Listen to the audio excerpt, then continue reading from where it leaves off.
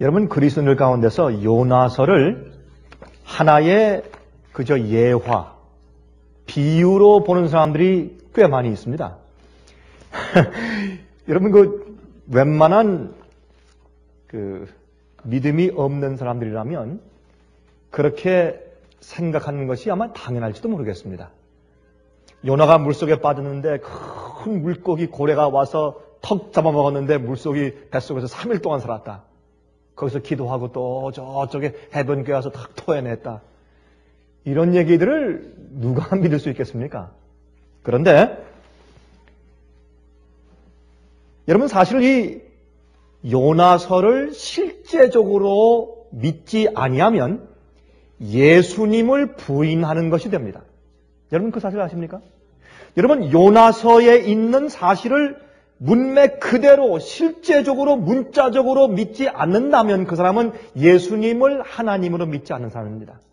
왜 그런가 한번 보십시다. 그 이유를 열왕기하 14장 25절을 보면 이런 말씀이 있어요. 열왕기하 14장 25절에 말씀하기를 이스라엘 하나님 여호와께서 그 종 가드헤벨 아미떼의 아들 선지자 요나로 하신 말씀과 같이 여로보암이 이스라엘 지경을 회복하되 하맛 어귀에서부터 아라바 바다까지 하였으니, 다시 말해서 구약 성경에 요나는 그냥 요나서만 기록한 한 사람이 아니라 그 당시에 하나님께서 사용하시던 하나의 정식 선지자였다. 그렇게 성경을 말씀하고 있습니다.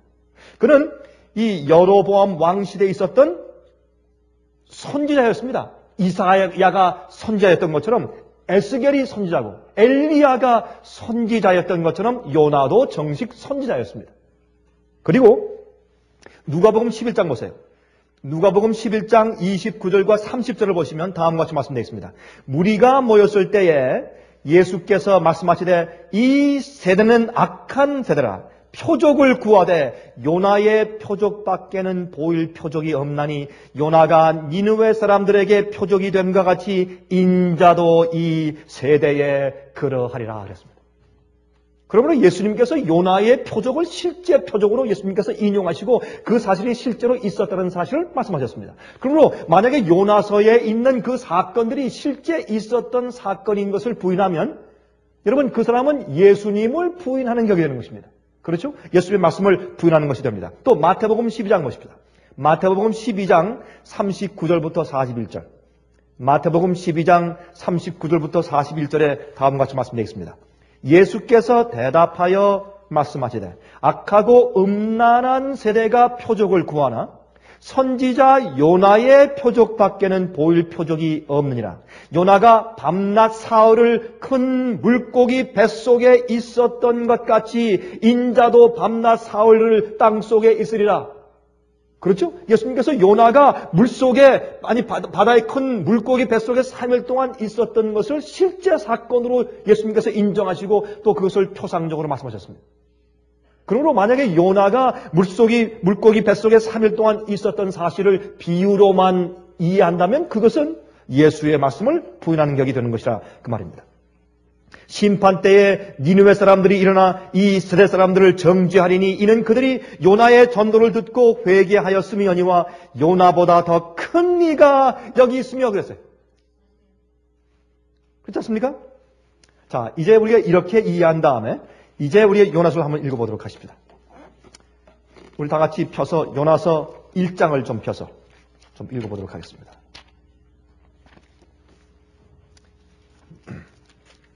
아모스 다음에 오바댜서가 있고 그 다음에 요나서가 있죠. 어떤 때는 요나서 같은 것은 찾기가 좀 어렵습니다. 특별히 우리 할머님들에게는 좀 찾기가 좀 어려울지 모르겠습니다. 요나서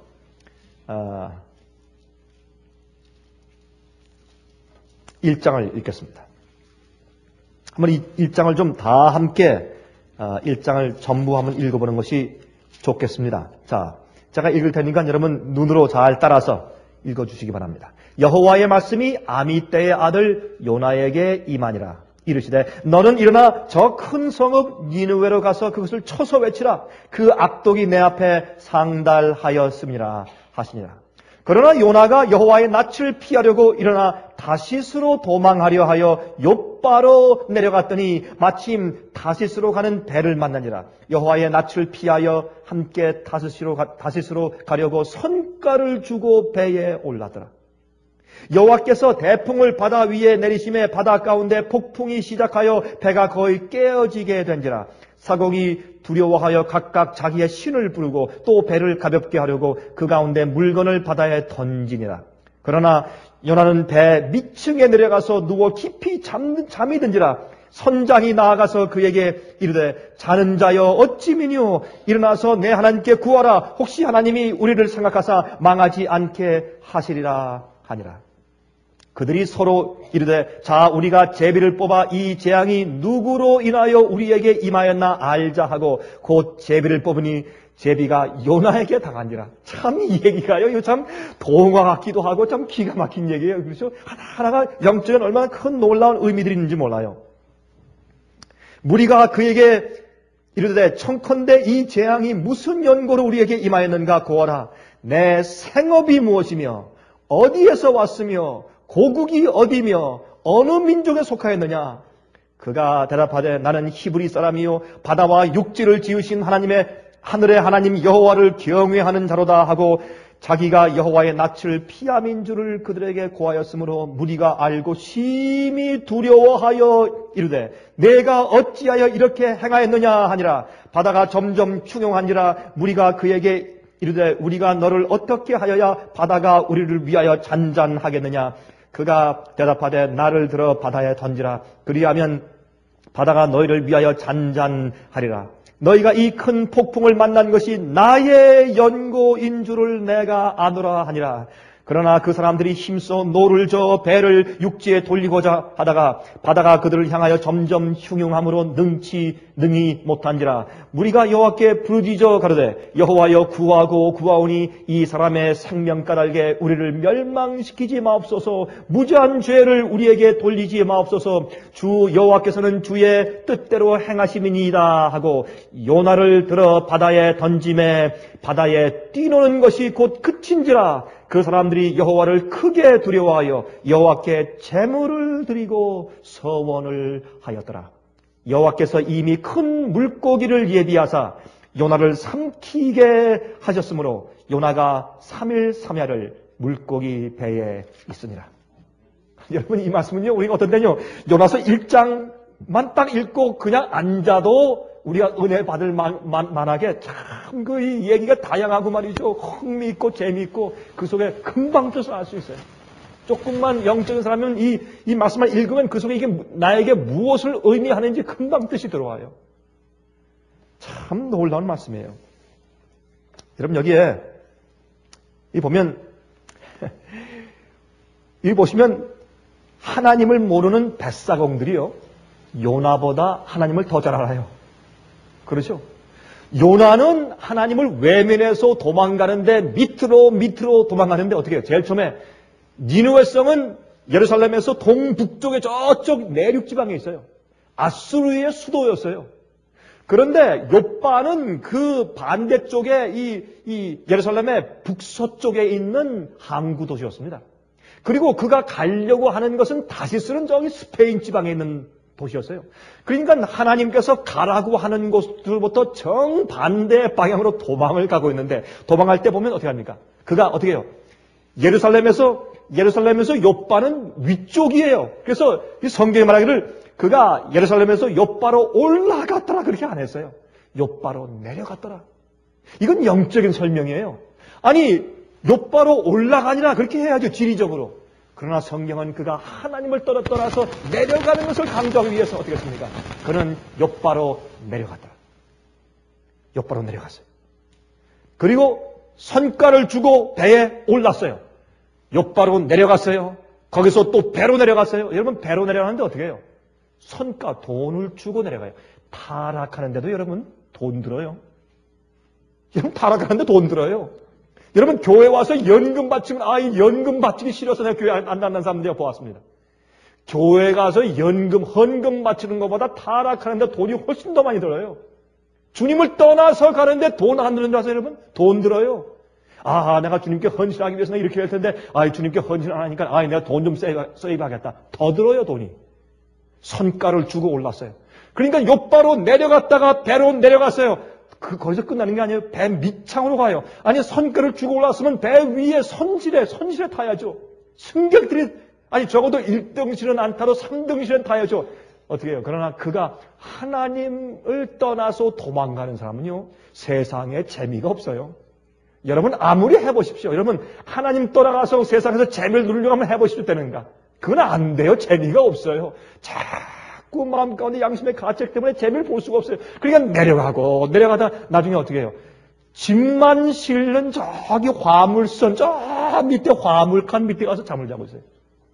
아니 잠자려면 자기 백칸이나 자기 침대에서 잠을 자야죠. 저기 짐을 선적한 저 밑에 가서 아무도 없는데 양심의 가책은 있는지라 밑으로 내려가서 저 밑에서 잠을 자고 있어요. 바다에 흉흉하게 파도가 치든 배가 뒤집히든 이제 자기 양심의 소리를 견딜 수 없는 것이에요. 그가 저 밑에서 자기 마음을 달래기 위해서 하나님의 음성을 듣기 싫어서 주의 얼굴을 대하기가 무서우니까 저 밑에 가서 잠자고 있는 것입니다.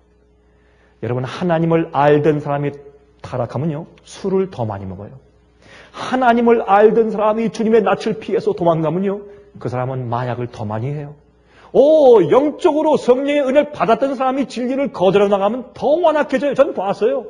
진리를 빛을 거절한 사람은 더 악해져요. 요나가 그 모습을 우리에게 보여주는 것입니다. 왜 선지자 요나의 그 실수의 모습을 성경이 이렇게 한 성경을 할애해서 하나님께서 쓰셨느냐 하면 여러분과 저는 그런 생활을 살지 말라고 하시는 것입니다. 내려가고 요나입니다. 여러분 그런데 여러분 이 열왕기하 19장 36절을 보시면 아수르 왕 산헤립이 떠나 돌아가서 니느웨에 거하더니 그랬어요. 그래서 이 아수르 나라의 그 당시에 큰 대국이었죠. 여러분 북방 이스라엘이 아수르의 침공을 받아가지고 그들이 다 망하고 전부 다 수많은 사람들이 다 끌려서 포로로 잡혀가고 고생을 했어요. 그리고 북방 이스라엘이 망해서 완전히 흩어져 없어져 버렸습니다. 누구를 통해서? 니느웨를 통해서. 아수르 지방의 그 힘 있는 군대를 통해서 그들이 망해버린 것이에요. 여러분 아십니까? 그런데 하나님께서 그 니느웨 성에게 먼저 가서 복음을 전했을 때 그들은 회개했는데 북방 이스라엘 백성들 하나님의 교회는 회개치 않고 멸망했어요. 여러분 이것은 무엇을 의미하는 거 아세요? 이것은 앞으로 말이죠. 하나님을 믿는 사람들 가운데서 잘못 믿다가 다 망하지만은 하나님을 잘 모르는 사람들이 마지막 회개의 음성을, 복음의 음성을 듣고 나와서 회개할 것을 상징하는 것이에요. 이런 이 요나의 시대에 있었던 이 니느웨 성이 회개한 일이 앞으로 세상에서 이루어질 것입니다. 주님을 믿는 사람들은 많이 멸망당할 것이에요. 왜? 그들이 주님의 말씀을 듣고 그대로 이행치 않기 때문에 또 거짓 잘못된 믿음을 믿기 때문에. 그러나 회개한 이방 사람들은 많이 구원받게 될 것을 이 성경은 다시 우리에게 지금 말씀하고 있는 것입니다. 여러분, 그 당시 다시스는요, 스페인에 있는 한 도시인데, 거기 이 스페인에서부터 이쪽에 있는 곳에 오려면요, 물론 지중해를 타고서 이렇게 오다가 북아프리카를 들려서 또 이제 시내 반도에 있는 홍해, 그 다음에 나일강 이런 그쪽에 있는 운하와 같은 강들을 통해서 이렇게 이리저리 돌았다가 그 다음에 이쪽으로 올라오기 때문에 이 다시스에서 이 팔레스타인 지방, 유대 지방 아니면 북부 이스라엘 지방까지 오는 시간은 약 그 당시의 역사책에 의하면 3년 정도에 한 번 정도 들른다는 것입니다. 3년 정도에 한 번. 그런데 이 요나가 하나님 낯을 피해서 딱 욥바에 가니까 마침 다시스로 가는 배를 만난지라. 여러분 하나님의 뜻을 어기고요. 자기 뜻대로 살려고 할 때 항상 핑계거리가 생기죠. 여러분 핑계거리 생깁니까? 항상 진리를 부인하거나 하나님을 떠나서 자기 뜻대로 하려고 할 때 핑계거리가 생겨요. 여러분 남들한테 변명할 때 핑계 없는 무덤이 없다 그러죠. 항상 변명할 거리가 잔뜩 있어요. 여러분 저기 법정에 가서요. 살인하는 사람들 가서 얘기 들어보세요. 사람 죽인 사람도 핑계거리가 다 있어요. 마침 다시스로 가는 배를 만난지라. 이게 주님의 뜻인 모양이다. 결국은 내가 안 가려고 하는데 결국은 주님께서 마음을 바꿔서 결국은 나보고 저기 스페인에 가서 좀 편하게 전도라고 하시는 모양이다. 그러면 그렇지. 마침 3년에 한 번씩 오는 배가 하필이면 요때 딱 올 게 뭐야? 주님의 뜻이지. 이렇게 한 겁니다. 여러분이시여, 주님의 뜻이 어떠한가 하는 것은 기록된 말씀으로 찾으세요. 여러분 마음속에 들어오는 감정이나 느낌으로 찾지 마세요. 주님께서 내게 이렇게 하신다. 그렇게 하지 마세요. 말씀으로 찾으세요. 말씀으로. 여러분, 주님께서 내가 이쪽 지방에 가서 전도를 하신다. 말씀으로 찾으세요. 그리고 주님께서 내가 지금 이 돈을 투자해서 이 사업을 하게 하신다. 말씀으로 찾으세요. 말씀 속에 많이 보시면 다 있어요. 물론 우리가 기도할 때 성령의 감동이 우리 마음속에 들어오는 건 사실이나 항상 말씀의 원칙에 입각해서 결정들을 하세요. 안 그러면 마침 다시스로 가는 배를 만나요, 여러분. 마침 해필이면 이렇게 돼요. 그래서 많은 사람들이 하나님을 믿으면서도 엉뚱한 길로 가는 경우가 많이 생긴다고 말입니다. 참 제가 이 선가를 주고 배를 올랐더라 하는 제가 그 얘기를 들으면 가만히 읽으면서 참 이 세상에 하나님께 헌신하고 싶지 않아서 피하던 사람들 가만히 보면 자기 문제에 자기의 삶에 그만 얽매여서 얼마나 많은 사람들이 자기 재물들을 허비하는지 몰라요. 참 그런 사람들 많아요. 하나님께 바치는 돈은 크고 아까워서 줄이는 사람들이 나중에 자기 문제에 걸려가지고 수만 불씩 날려버리는 사람들 제가 많이 봐요. 얼마 전에 제가 그분은 한국 사람이 아니니까 제가 말씀드릴 수 있어요. 한국 사람이라면 제가 이런 얘기 못하죠. 제가 지금 예화를 하고 싶은 얘기가 잔뜩 있는데 그건 다 한국 사람들이 연관된 것이기 때문에 제 지금 이 테이프는 지금 사방팔방으로 나가니까 제가 예화를 할 수가 없어요. 제가 예화로 지금 쓸 실제 얘기들이 참 많지만 제가 할 수 없어요, 다. 그 사람들이 듣기 때문에 할 수가 없어요. 이 사람은 한국분이 아니니까 제가 이해할 수 있는데, 얼마 전에 그분이 저한테 이제 전화했어요. 제가 이번에 좀 큰 수확이 있어서, 목사님 내가 이제 생애빚에 좀 한번 좀 한 건 바치겠습니다. 우리 한국말 한 건 좀 크게 바치겠습니다. 그래서 제가, 얼마나 바치려고 하십니까? 그러니까 지금 얼마나 필요하십니까? 저한테 지금 문제 있는 거 아니죠? 네, 아마 여기만 좀 문제입니다. 그런데 한참 이제 그 대화를 하고 있는데 그 사람 얘기가 하여튼 제가 좀 큰 액수를 좀 바치겠습니다. 그렇습니까? 감사합니다. 뭘 필요하십니까? 여기 필요한 걸 쭉 얘기했어요. 그랬더니 그 사람이 알겠습니다. 하고 이 사람이 처음에 돈을 좀 바쳤어요. 거의 한 2만 불 되는 정도의 액수를 바쳤어요. 바친 다음에, 그 다음에 내가 이번엔 좀 더 큰 액수를 바치겠습니다. 라고 약속을 했어요. 근데, 이분이 그걸 딱 바쳤으면 되는데 욕심이 생기니까 이 사람이 어디 그걸 투자를 했습니다. 투자를 했는데 장사에 투자한 것이 아니라 은행하고의 관계에서 투자를 했어요. 근데 투자를 하고 나니까 나중에 알고 나니까 10년 이전엔 그 돈을 못 찾는 거예요. 이 사람이 모르고 여기 써놓은데 그걸 다 읽어보지 못하고 무조건 사인을 해버린 거예요. 10년 동안 그 돈이 묶여버린 거예요. 저한테 전화 와서 통곡을 해요. 목사님 이거 되는 겁니까? 세상에 이럴 수가 있습니까? 내가 지금 수를 해도 됩니까? 수를 해도 소용이 없어요. 왜 자기 다큐멘트 사인을 했으니까. 그래서 그랬습니다. 형제요, 10년 안에 예수님 오십니다. 당신 돈은 이제 썩었습니다. 그랬어요. 그 사람이 우리 사업에 바치지 않은 것, 그건 아무 상관이 없어요. 그분이 안 드리면 다른 사람을 통해서 오실 거니까 전 상관이 없어요. 그거는 하나님이 하시는 거지 그 사람이 하는 거예요. 그 상관이 없는 거예요. 그러나 제가 그 사람한테 그랬어요. 여보시오, 당신은 그 돈을 물속에 버렸어, 당신은. 그래서 이 돈을 사랑하는 것은 일만하게 뿌리라고 성경을 말씀했지 않습니까? 당신의 그 많은 돈이 이제 물속에 던져버렸어요. 그러니까 전화로 저한테 울어요. 전화를 붙잡고. 부자가. 돈 있으면 뭘 해요? 여러분이지요. 타락하는데 돈이 들어요. 이건 우리 분명히 알아야 돼요. 하나님께 투자한 돈은 크게 열매를 맺어요. 그러나 나를 위해서 쓰는 것은 낭비요. 그리고 여러분이지요. 이 선가를 주고 배에 올랐더라. 하나님의 뜻대로 살지 않는데, 여러분 하나님의 뜻대로 살지 않으면 돈이 모일 것 같죠? 절대 그렇지 않습니다. 만약에 하나님의 뜻대로 살지 않고 돈이 모인다, 그러면 그 돈 때문에 그 사람 불행하게 돼요. 분명히 문제가 생기고 불행하게 되고 그 돈 때문에 가슴이 아프게 되고 병이 나요. 이 세상에 이런 일들을 우리가 비일비재하게 보지 않습니까?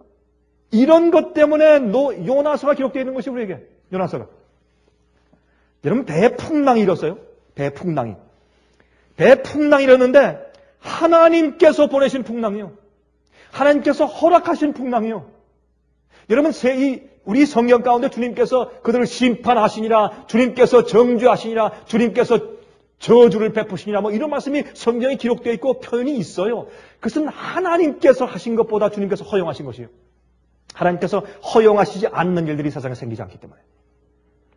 여러분 그런데 여기 풍랑을 보세요. 선원들은 죽게 되었다고 난리 치는데 요나는 배 밑바닥에 내려가서 깊이 잠을 자고 있어요. 이럴 수가 있어요? 양심의 소리를 잠재워야 하기 때문에. 여러분 세상에 아시아에 쓰나미가 일어나고 엄청난 사건이 생기고 지지난주에 금요일 날 말이죠. 예? 바티칸에서 엄청난 요한계시록 17장의 예언 성취가 생기면서 교황의 한 사람의 죽음 앞에 온 세상 만국의 왕들과 대통령들과 종교 지도자들이 다 모여서 그들이 경배하는 놀라운 예언 성취가 일어남에도 불구하고 진리를 가진 빛을 가진 백성들은 저 밑에 내려가서 어떻게 해요? 예? 사람을 나르는데 또 가서 자면 또 몰라. 물건 나르는데 가서 자는 거예요. 돈 버는 일에 잠자는 것이에요. 예? 물건을 더 축적하는 일에 잠자는 것이에요. 저 배 밑창에 내려가서 물건들과 함께 깊이 잠자고 있는 그리스도인들을 보는 것입니다. 이게 요나서예요. 여러분 이것은 구원받는 사람들의 태도가 아니에요. 다른 사람들은 저런 걸 보면서 믿지 않는 사람들도 야 세상이 끝이 다 됐는가, 내가 어떻게 해야 되는가 하는 두려움의 말을 다 전달하고 표현하는데, 믿는 자들은 저 밑에 내려가서 물건들과 함께 잠을 자고 있어요. 양심의 소리를 잠재우는 것입니다. 그래서 하나님의 뜻을 떠나 살고 있는 그리스도인들은 마음이 더 무디고 더 완악해지는 것입니다. 왜? 그들이 알기 때문에, 그들이 알고 있는 사건들이 벌어지면 그 사건들에 대한 예민한 마음을 죽이기 위해서 더 마음이 무뎌지기 때문에 그들은 더 악해지는 것이에요. 그래서 믿지 않는 사람들보다 믿는 자들이 올바로 살지 않으면 그 사람들은 더 악해지는 것이에요. 오히려 배에 타고 있던 이방인들과 선원들이 하나님께 기도하자 그럴 때 요나는 저 밑에 가서 잤어요. 그렇지 않습니까? 나중에 보니까 재밌는 것은 제비를 뽑아요. 제비를 뽑는데 참 제비를 뽑아보니까 하나님께서 제비를 뽑게 하셔가지고 도망하는 요나의 이름이 딱 뽑혔어요. 참 기가 막힌 얘기죠. 근데 이 선장이 말이죠. 다 지금 기도하고 자기 신을 부르면서 기도하고 있는데 가만히 보니까 전부 다 어떻게 해요? 여러분 유럽에 가면 기차하고 서브웨이 있지 않습니까? 기차하고 서브웨이를 탈 때 그냥 표를 받는 데가 없어요, 거기는. 그러니까 조금만 좀 양심을 좀 어기고서 표 안 사고 그냥 타도 돼요. 그러면 아무도 말하는 사람이 없어요. 그냥 한 번은 제가 잊어버려가지고 급하니까 그냥 타고서 보니까 표를 안 샀어요. 공짜로 먼 데 그냥 공짜로 타고 왔다 왔어요, 한 번은. 표를 제가 안 사려고 안 산 것이 아니라 제가 습관이 안 나가지고 잊어버려가지고. 그런데 자주 어떻게 하는가? 이 유럽에는 무슨 영국도 그렇고 독일도 그렇고 검사원들이 차장들이잖아요. 한국에도 차장들 다니면서 이렇게 표에 이게 구멍을 뚫잖아요. 그런 식으로 이제 유럽도 그렇게 하는데 이 차장들이 청바지를 입고 그냥 보통 옷을 입고 보통 승객처럼 타고 있어요. 이따 갑자기 일어나가지고 다시 검사를 해요. 그러니까 걸리죠. 그렇게들 많이 하는데 그런 식으로 이 선장도 말이죠. 배표를 검사하면서 지금 다 그럼 기도하고 있는가 다 보고 있어요. 여러분 앞으로요. 미국으로부터 시작해서 짐승의 표의 환란에 강압하는 법령이 생길 때 모든 미국의 시민들과 나중에 세계의 거민들이 그 거민들 하나하나 그 롤콜, 전부 다 그 이름들을 다, 시민들의 이름을 다 체크하면서 그들이 이 모든 재난을 위해서, 이 나라의 안녕과 질서와 번영을 위해서 하나님께 기도하고 있는지를 체크하는 일이 생길 것입니다. 그때 누가 잡히는 줄 아십니까? 하나님을 믿는, 하나님께서 보내신 선지자 같은 사람들이 잡히는 거예요. 제비가 딱 뽑히는 것입니다. 이런 이야기는 그냥 옛날에만 있던 얘기가 아니에요. 이게 우리 얘기예요, 우리 얘기. 근데 문제는 요나는 도망가다 잡혔어요. 여러분과 저는 앞으로 도망가다가 잡히지 않게 되길 제가 기도합니다. 우리는 도망가다 잡히면 안 돼요. 우리는 떳떳하게 주님 위해서 외치고 진리를 전하다가 잡혀야지. 왜 도망가다 잡혀요? 요나는 도망가다 잡힌 사람이에요. 제비를 뽑았는데 여기 지금 무엇이라고 말합니까? 여기 말하 그래요. 당신이 어디서 왔느냐? 내 생업이 무엇이냐? 당신 고국이 어디요? 어느 민족 사람이요? 정확하게. 그가 자기를 숨기려고, 자기 신분을 숨기려고 도망가서 내려가서 저 밑에 배 밑창에서 잠잘 때 하나님께서 딱 불러 올려가지고 자기 신분을 밝히게 하세요. 여러분이시여, 빛을 알고 있는 마지막 여자의 남은 교회의 백성들은 숨길 수가 없어요. 딱 잡힌 겁니다. 당신이 누구요? 뭐 믿는 사람들이요? 뭐 하는 사람이요? 당신은 어떤 진리를 믿는 사람이요? 정확하게 딱 잡히는 것입니다. 그때 그가 말합니다. 예, 사실 이 풍랑은 나 때문에 생긴 것이요. 미안합니다. 이게 뭔지 아십니까? 앞으로 짐승의 표의 환란, 요한계시록 13장의 그 환란이 이르러 오면 누구 때문에 이런 모든 천연재와 어려움이 생길 것이라고 딱 지목합니까? 하나님의 계명을 지키며 예수 믿음을 가진 백성들 너희들 때문이야 라고 딱 찍는 것입니다. 이게 다 은유가 그 속에 다 포함되어 있는 얘기예요. 이게 실제로 있던 얘기지만은 옛날 구약시대에 실제로 있던 이야기들이 영적으로 우리에게 다시 반복될 것을 우리가 말하는 것입니다. 물론 사건 그대로 이루어지는 것은 아니지만 영적인 그 내용과 그 영적인 그 의미들이 우리 속에서 반복되는 것을 우리가 우리 생각 가운데서 보는 것입니다. 나는 바다와 육지를 창조하신 창조주 하나님을 내가 경배하는 히브리 사람이요. 이게 무슨 말이에요? 나는 선택된 교회의 백성이요. 선택된 교회의 백성이요. 나는 마지막 교회의 백성이요. 그리고 나는 창조주를 섬기고 있는 사람이요. 얼마나 똑같은 얘기를 마지막 시대 관련하고. 안 그래요? 창조주를 섬기는 사람이야 나는. 내가 여호와의 낯을 피해서 도망가기 때문에 이런 일이 생겼습니다. 그때 사람들이 두려워서 어떻게 당신이 이렇게 해서 우리 생명을 위태롭게 없어? 어떻게 이렇게 할 수 있어? 당신 때문에 왜 좀 죽게 생겼지 않소? 어떻게 이렇게 할 수 있어? 여러분이 앞으로 멸망당해서 죽어가는 영혼들이 우리에게 와서 당신들은 빛과 진리를 알고 있으면서도 왜 우리에게 미리 경고하고 알려주지 않았소? 라고 원망할 것입니다. 똑같은 얘기입니다. 똑같은 얘기입니다. 그러므로 하나님을 아는 자들의 죄는, 우리의 죄는, 우리 그리스도인들의 죄는요, 우리의 잘못은 우리에게만, 자기 자신에게만 멸망을 초래하는 것뿐만 아니라 다른 사람들에게 해를 끼쳐요, 여러분. 우리가 잘못한 우리의 잘못과 죄는요, 다른 사람들을 함께 끌어와서 멸망시켜요. 우리만 멸망시키는 것이 아니고, 그래서 진리와 빛을 알고 있는 사람의 책임은 그렇게 중요한 것입니다. 이렇게 말했습니다. 내가 누구냐? 창조주를 경배하는 자입니다. 그렇게 말했습니다. 그때 할 수 없이 아무리 해도 바다 파도가 흉흉한 것이 잠잠해지지 않기 때문에 그들이 할 수 없이 연안을 들어가지고 하나, 둘, 셋 하고 집어던집니다. 그래서 그 파도 치는 바다 물결 속으로 풍덩 빠지고 난 다음에 갑자기 하늘에 바람이 그치고 그 다음에 바다에 풍파가 그칩니다. 잠잠해집니다. 참 이상한 일이죠. 그때에 하나님께서 물택시에 그죠? 물택시를 준비하셔서 촥 와가지고 탁 넓적이 탁 받아먹습니다. 그래서 그 범죄하고 그 반역해서 하나님 낯을 피해서 도망하는 요나를 잡아먹어서 보호하십니다. 그는 깜깜함 속에 들어갔습니다. 시련 속에 들어갔습니다. 어려움 속에 들어갔습니다. 고난 가운데 들어갔습니다. 그러나 그 고난은 하나님께서 회개하는 요나를 용납하시고 구원하시는 하나님의 방법이었습니다. 여러분이시여, 우리도 요나처럼 회개할 필요가 있지 않습니까, 여러분? 하나님께서 우리를 어두움 가운데 가두시고 우리에게 어려움과 고난을 주실 때 그 고난의 어두운 이 고래의 뱃속은 우리의 회개의 기회예요. 회개의 장소예요, 사실은. 그래서 하나님께서 요나를 용서하시는 모습 보면서 사실은 정말 바다로 집어던져버렸어요. 어떤 때는 우리가요, 정말 세상에서 하나님께로부터 내 동댕이 쳐버린 듯한 느낌을 느낄 때가 있어요. 그러나 하나님께서 항상 물택시를 준비하세요. 와서 우리를 삼키시는데 그 속에서 깜깜함 속에서 다른 사람들이 저 사람 죽었다 이제 하는 그런 환경 가운데서 우리가 하나님을 다시 만나는 경험을 하게 되는 것입니다.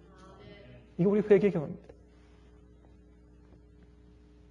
하나님께서는 소돔과 고모라도 먼저 경고하시고 멸망시켰어요.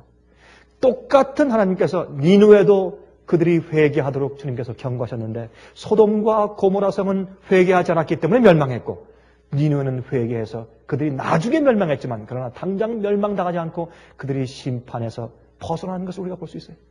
하나님은 공평하신 분을 부린 것을 알 수 있습니다. 그런데 여러분, 청고래가 있는데 사실은 이 청고래만큼은 사람을 삼킬 수가 있습니다. 고래들은 이 입은 크지만 목구멍이 작아가지고 사람이 들어갈 수가 없어요. 그 뱃속에. 목구멍은 이렇게 얇은데 거기에 이렇게 이제 이 비늘 같은 것들이 많이 있어서 줄 같은 게 있어서 고기들을 이렇게 큰 고기를 못 삼켜요. 작은 고기를 막 빨아들여가지고 이렇게 걸릅니다. 그래서 사람의 몸이 고래 뱃속에 들어갈 수가 없어요. 그러나 청고래, 고래 종류 가운데 청고래만큼은 벌릴 때 사람이 뱃속에 들어갈 수 있습니다. 그래서 1940년대에 하와이에 있던 한 미국인 어부가 낚시질을 하다가 물속에 빠져가지고 청고래가 삼켜서 청고래 뱃속에 들어갔다가 이틀 만에 살아나온 그런 경험이 있어요, 실제로. 그래서 이 요나가 이 고래 뱃속에 들어간 것은 이건 실제 있을 수 있는 사건인 것을 우리가 과학적으로 알 수 있는 것입니다. 그런데 여러분, 2장을 읽어보시면 2장은 참 재밌어요. 여러분, 2장을 읽어보시면 2장 얘기는 하늘에 있는 하늘 성소를 향해서 기도해요. 그런데 요나가 물속에 내 동댕이 쳐져서 물속에 빠질 때 즉시로 그냥 청고래가 와서 싹 잡아먹은 것이 아니에요. 요나가 빠지는데 물속에 풍덩 빠져서 물속에 들어가고 내려가고 내려가서 나중에 미역 같은 바다의 해초가 그의 얼굴에 몸을 다 감싸서 이젠 숨이 컥컥 막히고 이제 더 이상 이제 공기가 없어서 완전히 죽었구나 하는 그때에 저 바다 밑바닥까지 내려갔을 때 그때 하나님께서 회개하는 요나를 보시고 그때 얼른 고래를 예비했다가 물택시가 와서 그를 태운 것입니다. 여러분, 바다 밑속도 깊죠? 산보다 더 깊어요, 바다 밑속은. 그 깊은 바다 밑속까지 빠져들어가는 것입니다. 그때 고래가 와서 그를 잡았습니다. 여러분, 이 요나서 2장을 보시면 그 요나서 2장 가운데 있는 말씀 가운데 이런 말씀이 있어요. 자, 여러분 4절 보세요. 4절 보시면 내가 말하기를 내가 주의 목전에서 쫓겨났을지라도 다시 주의 성전을 바라보겠다 하였나이다. 하늘에 있는 성소를 바라봤어요. 성소는 죄인들을 위해서 구속하시는 중보에 기도하는 곳이라는 것을 그 알았어요. 그래서 그는 그 하늘의 성소를 향해서 자기 영혼을 위해서 하나님께 기도했어요. 그 다음에 5절부터 물이 나를 둘렀으되 영혼까지 하였사오며 깊음이 나를 애웠고 바다풀이 내 머리를 쌌나이다. 내가 산의 뿌리까지 내려갔사오며 저기 바다 밑에 저 바다 밑 산의 뿌리까지 그 밑에까지 내려갔어요. 내려갔사오며 땅이 그 빗장으로 나를 오래도록 막았사오나 나의 하나님 여호와여 주께서 내 생명을 구덩이에서 건지셨나이다. 다시 말해서 그의 몸이 깊이 빠져서 저 바다 거의 밑바닥까지 가게 되었을 때 바다의 해초가 그의 머리를 다 휘감았을 때 하나님께서 그의 몸을 이 고기를 통해서 구원하신 것을 여기에 볼 수 있게 되는 것입니다. 거기에서 이 물고기 뱃속에서 그가 3일 동안 그가 회개합니다. 깊이 하나님께 회개합니다. 회개하는데 여러분, 우리의 회개의 깊이에는 단계가 있습니다. 여러분이 고린도 전서를 보면 다시 회개할 필요가 없는 회개라는 말이 나와요. 다시 후회할 필요가 없는 회개. 그거는 한번 회개한 다음에 다시는 옛적 길로 가지 않는 회개로 말이에요. 더 이상 죄를 뉘우칠 필요가 없을 정도까지의 회개로 말이에요. 그런 회개가 있어요. 우리의 회개는 상당히 처음엔 피상적이에요. 나중에 우리 회개가 깊어져서 나중엔 더 이상 회개할 그런 것이 없을 정도까지 하는 회개까지 우리가 이뤄야 합니다. 그런데 요나가요, 뱃속에서 이 물고기 뱃속에서 회개한 다음에 나중에 니느웨 성에 갔다가 나중에 하나님을 향해서 또 화를 냅니까? 또 화를 냅니다. 우리 그 장면 같이 좀 읽어보도록 하십시다. 자, 먼저 3장에 가서 말이죠, 니느웨한테 가서 외쳤는데 니느웨 성을 돌면서 이 골목골목을 돌면서 전도하는데 3일길 걸려요. 3일길 걸린다 그랬어요. 3일길. 그래서 전도했습니다. 전도하는데 웬걸요? 전도했는데 사실은 정말 그 영혼들을 정말 사랑해서 전도한 것보다 그냥 전도했는데도 사람들이 회개했어요. 왜요? 진리를 전하면 그 진리를 사용하시는 분은 하나님이시기 때문에, 성령이시기 때문에. 전도하니까 왕이 그만 베옷을 입고 재를 머리에 뿌리고, 그러니까 온 백성들이 전부 다 회개하면서 그들이 돌이켰습니다. 돌이켰어요. 근데 왜 그랬을까요? 이 니느웨 성이 가지고 있던 하나의 전설 가운데 하나가 뭐냐면 이 니느웨 도성에 들어가는 도성 입구에 말이죠, 큰 물고기를 이렇게 그린 그런 우상 같은 것이 옛날에 있었대요. 그러니까 물고기를 섬기는데 그들이 섬기는 우상들 가운데 하나가 물고기였어요.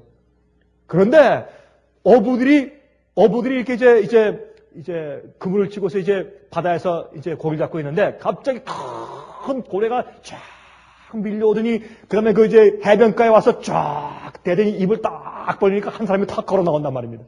예? 그 소문이 퍼졌겠어요? 그 소문이 퍼져서 니느웨 성까지 간 겁니다. 가니까 물고기 뱃속에서 나온 사람이다. 이러니까 온 백성들이 하나님이 보냈다 이거예요. 하나님께서 한 백성을 구원하기 위해서 그런 기적도 다 행하셨어요. 그래서 온 왕과 온 백성들이 저분은 하나님이 보낸 기별이기 때문에 우리가 회개하자.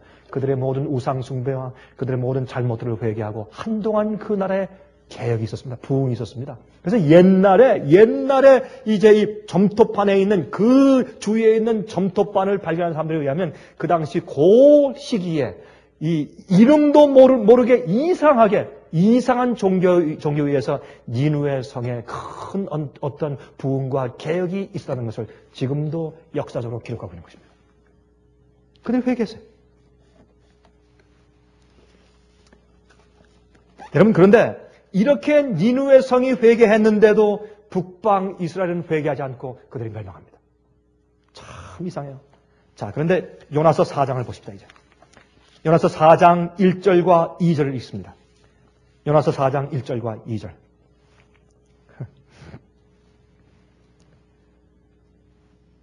요나가 심히 싫어하고 노하여, 이건 표현이요. 이건 굉장한 표현이에요. 그가 전도하고 나서 저기 니느웨 성 저쪽 그 뒤쪽에 있는 그 언덕에 딱 올라가서 이제 팔짱을 끼고 이제 하나님께서 유황불을 내릴 텐데 한번 좀 구경 좀 하자. 멋지게. 왜 그렇습니까? 그 아수르는 북방 이스라엘과 원수거든요. 원수예요. 이 요나가 원래 처음부터 니느웨 성에 가서 복음을 전할 것을 그가 그렇게 싫어하고 도망간 이유가, 여러분 거기 가서 전도하면 그건 뭡니까? 역적이에요, 역적. 매국노예요. 예? 적군을, 이스라엘 백성들은 그 사람들은 다 저주받아 죽을 사람이라고 생각하는데 가서 복음 전해서 하나님의 진노를 피하게 하면 이건 역적 노릇이요. 그래서 싫어하는 것입니다. 그래서 싫어하는 것입니다. 그런데 아니나 다를까 하나님께서 그 뜻을 돌이키사 그들을 심판치 않으십니다. 그렇죠? 그럴 때 여기 보십시다. 요나서 4장 1절 2절. 요나가 심히 싫어하고 노하여 여호와께 기도하여 가로되 여호와여, 내가 고국에 있을 때 이러하겠다고 말씀하지 아니하였나이까? 그러므로 내가 빨리 다시스로 도망하였사오니 주께서는 은혜로우시며 자비로우시며 노하기를 더디하시며 이내가 크시사 뜻을 돌이켜 재앙을 내리지 아니하시는 하나님이신 줄을 내가 알았음이니이다. 내가 그럴 줄 알았습니다. 내가 그러니까 안 간다고 했지 않습니까, 주님? 나만 바보 됐죠, 이제. 나만 거짓 선지자 됐죠. 심판이 임한다고 했는데 안 임했으니까 나만 거짓 선지자 됐지 않습니까? 참 기가 막힌 얘기입니다. 우리가 꼭 그러합니다. 우리는 하나님의 진리와 기별을 전하는 데 있어서 우리 자신을 거기 함께 실어서 전해요. 그렇기 때문에 그대로 안 되면 무안해해요. 부끄러워하고. 그거 왜 그렇습니까? 자기 기별로 섞어서 전하기 때문에 그렇습니다. 하나님의 영광만을 위해서 주께서 주신 기별을 전해야 할 텐데 자기를 섞여서 자기 명예에 달려서 하나님의 명예만을 위해 전하는 것이 아니라 자기가 달려요. 자기가. 이것이 요나입니다. 이래서 마지막에 주님께서 당신의 백성들을 사용할 수가 없는 것입니다. 자기가 달려있어요. 자기가. 여러분 요나가 말이죠. 가만히 보니까 하나님께서 마음을 돌이키셔서 그 성을 멸망치 않으십니다. 그러니까 뭐라 그래요? 하나님의 자비롭고 노하기를 더디하시고 인애가 크신 하나님의 성품을 원망합니다. 그렇죠? 하나님은 보기 좋게 좀 큰 유황불 내려서 멸망시키시지. 하나님의 그 선하신 성품을 원망합니다. 화가 나서. 화가 나 있는데 하나님께서 말이죠. 또 기적을 베푸세요. 이 물고기의 뱃속에 들어가서 3일 3夜를 지낸 그 기적보다 어떤 의미에서 더 귀한 기적이에요. 옆에 박넝쿨이 갑자기 하루 만에 이렇게 자랄 수 없잖아요. 그 기적적으로 자라게 해서 하루 만에 박넝쿨이 크게 자라서 어떤 지붕을 이루도록 큰 박넝쿨이 잎사구 크지 않습니까? 박의 잎사구가 크게 자라가지고 그냥 갑자기 기적적으로 이렇게 그늘을 쳤어요. 그것만 봐도 하나님의 기적인 걸 알 텐데 그런 기적을 두 번째 보고 나서도 요나의 마음 가운데 그의 분함이 하나님께 대한 성냄이 가시지 않았어요. 우리가 그래요. 우리 인간들이 그래요. 하나님께 대해서. 우리도 모르게 은근히 하나님께 대한 원망이 섞여 있어요. 우리 마음 가운데. 그래서 하나님을 온전히 알지 못해요. 요나가 그랬어요. 이 참 그늘을 쫙 해주니까 그 태양빛에 이렇게 앉아있는데 아주 막 더워서 땀이 나 죽겠는데 그때 이제 박넝쿨이 시원한 그늘을 지어서 가리워주니 얼마나 좋아요. 아 시원하다 좋다 하는데 갑자기 또 벌레가 와서 다 또 갉아먹어버리네. 어떤 때는요 하나님께서 우리 생활 가운데 병 주고 약 주시는 것 같아요. 왜요? 우리를 깨워서 구원하시기 위해서. 갑자기 또 어떻게 해요? 벌레들이 와가지고 다 갉아먹어서 다 시들어 죽어버려요. 또 그러니까 태양볕에 쬐니까 그렇게 싫습니다. 또. 그러니까 그가 또 원망하는데 보세요. 요나서 4장 9절부터 11절까지. 9절부터 11절까지. 하나님이 요나에게 이르시되 내가 이 박넝쿨로 인하여 성냄이 어찌 합당하냐. 그가 대답하되 요나 얘기입니다. 내가 성내어 죽기까지 할지라도 합당합니다. 세상에 이럴 수가 있어요, 여러분? 예? 하나님 내가 죽기까지 성내고 죽어도 합당합니다. 성을 그의 섭섭함을 풀지 않습니다. 여러분 지금 여러분들 마음 가운데 어떤 사람에 대해서 섭섭한 마음을 안 푸시는 분들이 있습니까? 여러분 그거 푸십시오. 늦기 전에 푸십시오, 여러분. 늦기 전에. 사람들에 대해서 섭섭한 마음을 안 푸는 사람은요, 하나님께 대해서도 섭섭한 마음 안 풉니다.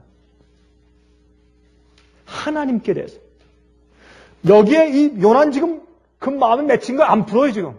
그거 풀어야, 그래, 그게 그리스도인이에요. 이게 뭐라 했어요? 내가 성내어 죽기까지 할지라도 내가 합당합니다. 여호와께서 말씀하시네. 내가 수고도 아니하였고, 배양도 아니하였고, 하룻밤에 났다가 하룻밤에 망한 이 박넝쿨을 내가 아꼈거든. 하물며 이 큰 성읍, 니느웨에는 좌우를 분변치 못하는 자가 12만여 명이나 육축도 많이 12만 명이요 육축도 많이 있나니 내가 아끼는 것이 어찌 합당치 아니하냐? 여러분 맞습니까?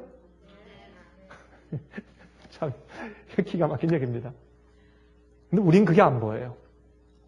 예수님 빨리 오신다고 했지 않습니까? 내가 주님을 위해서 얼마나 희생했는데 이렇게 주님의 재림을 연기해서 나한테 손해를 많이 입히시고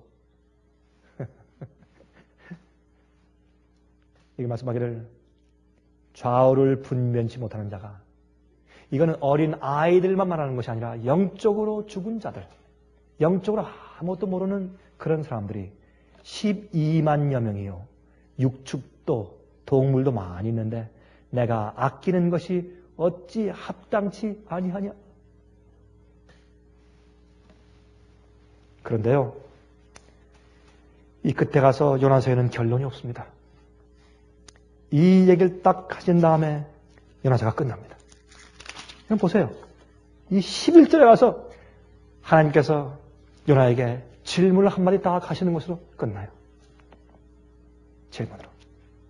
이렇게 많은 사람들과 동물들이 있는데 너는 네가 심지도 아니하고 물도 안 주고 내가 키우지 않은 그 박넝쿨 하나가 너한테 시원한 그늘을 줬는데 그 박넝쿨 하나가 죽었다고 해서 그렇게 화를 내고 그렇게 섭섭해하는데 이 도성에는 그 10여만 명의 사람들과 그 많은 동물들에 대해서 내가 아끼지 않겠느냐?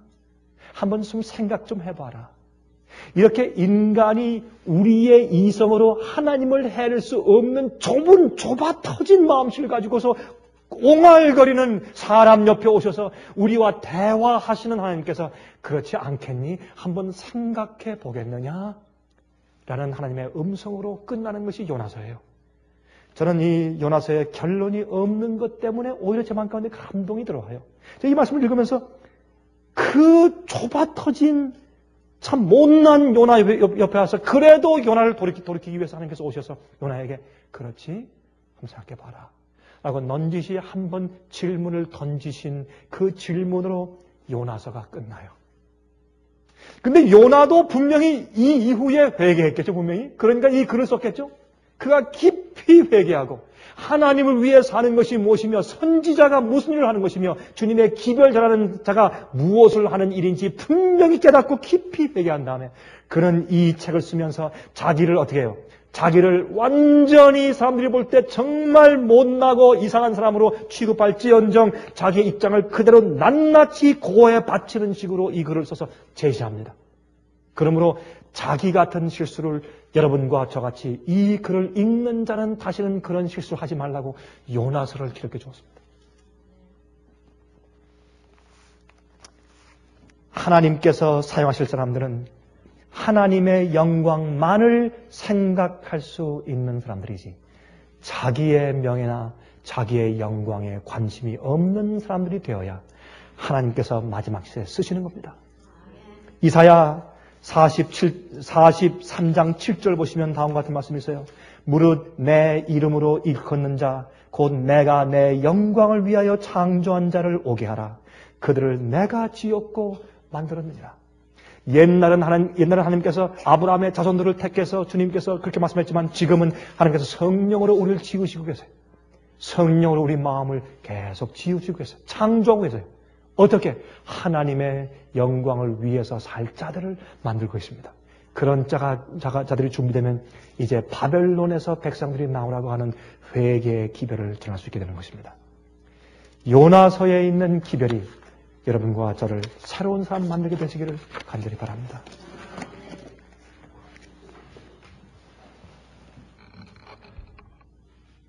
하늘에 계신 우리 아버지, 우리가 우리 요나처럼 전적으로 주님을 피해서 도망가고 있지는 않을지 모르지만은 우리가 이런저런 일들 때문에 사소한 일들과 결정들에서 우리도 도망가고 있는지 모르겠습니다. 주님 저희를 불쌍히 여기시고 그러한 생활 가운데 행복이 없는 것을 알게 하시며 또한 우리 마음 가운데 아무런 보람이 없는 것을 오늘 기별 통해서 알게 해 주시옵소서.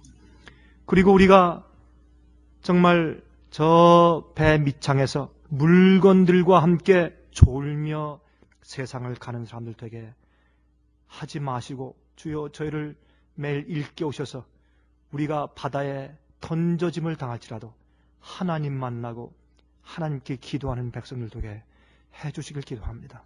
우리가 이 땅에 사는 목적이 우리가 진리와 하나님의 빛을 전달하기 위해서 존재하는 것을 알게 하셔서 우리의 사명을 깨닫고 살게 축복하여 주시옵소서. 주님이시여 주님께서 베푸시는 그런 어둠과 시련들을 달게 받게 하시고 또한 주님께서 이 땅에서 행하시는 주님의 모든 섭리를 볼 때 우리 마음 가운데 불평이 없게 해 주시옵소서. 우리가 하나님의 뜻을 이해하지 못하고 주님의 섭리를 헤아리지 못할지라도 요나처럼 원망치 않게 해 주시옵소서.